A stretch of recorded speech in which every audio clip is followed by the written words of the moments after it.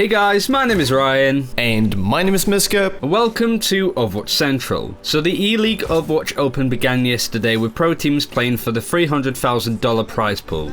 We've spoken before about a team called Ninjas in Pajamas that have had a pretty experimental lineup of 3 tanks and 3 supports. Now of course there are many pros and cons to this strategy, and we definitely would suggest to try not and run it in your own ranked games, but we have been seeing a lot of pro teams take the triple tanks and roll with it. We wanted to go over why this can be a major problem in Overwatch's current meta, and how to fix this.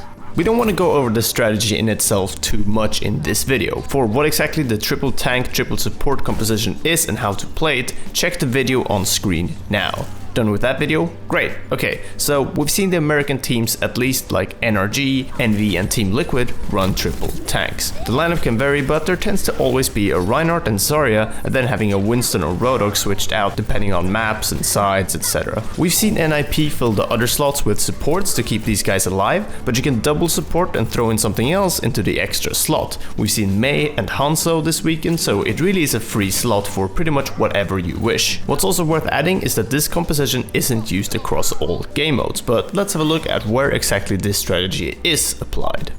So yeah, it's basically just for payload maps. Now I say just hybrid and escort maps, but they are the primary choice for the pro teams in terms of map choices. It's mostly about contesting and making sure that the payload is constantly moving and that their team is constantly on it. You have the Rhine for the barrier and protecting your team, you have the Winston to pick off fleeing enemies and contest with his ultimate, you have the Zarya for the ultimate and general high damage output, and you also have Roadhog for the damage, pickoffs and ultimate to push people off the point. It's incredibly difficult to move these fatties from the point, and depending on the composition, you can have an immovable object of a team or an unstoppable force on the payload. We know we said that tanks were in a healthy part of the meta, but the sheer abuse coming from using more than 2 tanks is something else.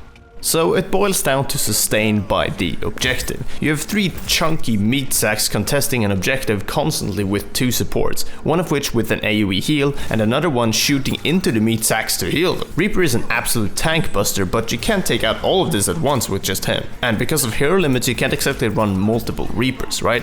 McCree isn't a tank buster anymore, so you tend to have to mirror match this composition and try to outplay it. We saw this with the IDDQD God comps months ago with double Genji, double Zen, and it can turn the game into something pretty uninteresting fairly quickly. Heroes start getting left out of the meta in favor of having 3 tanks on payload maps, and because of the situation always varies, the 3 tanks tend to always be different. If it was the exact same heroes every time, then the problem would be a little bit more simple, but because the tanks are in a stable position in the meta, literally cramming in as many as possible into your team is extremely reliable and a lot stronger than ever before, really. So how do we fix this then? Well, one thing Blizzard have done to try and stem the flow of the triple tank meta is nerfing Ana. Ana was definitely the enabler on this composition. Being able to nano boost a Reinhardt or an ulting Roadhog and Winston was great for damage. It adds even more sustained potential to clear out the objective, and it stalls out the game heavily. Because of all the health she had to heal, she got her ultimate charged up very quickly, and it's difficult to think of anything else that will completely shut down the use of multiple tanks though, without nerfing the actual tanks themselves. But now with Ana nerfed, maybe the composition won't be as strong. Anyway, going back to the God comp, we saw a major change to Zenyatta, which dissolved the use of the composition entirely. This is what happens though, metas are created, broken down, and finally changed with a balance patch or 2. And it's no surprise to us that this is happening, and it's gonna keep happening too.